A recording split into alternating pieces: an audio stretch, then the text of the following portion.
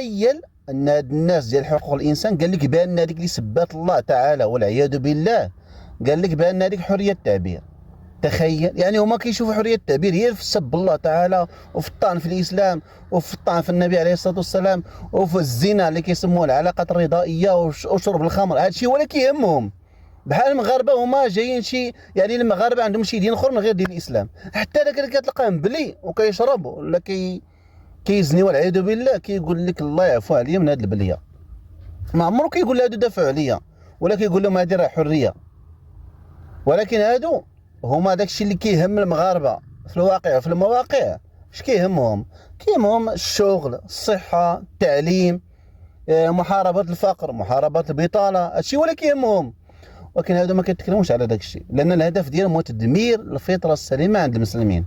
يعني حتى يولي بنادم لا دين لا دنيا كيما زلط اليهود والعياذ بالله.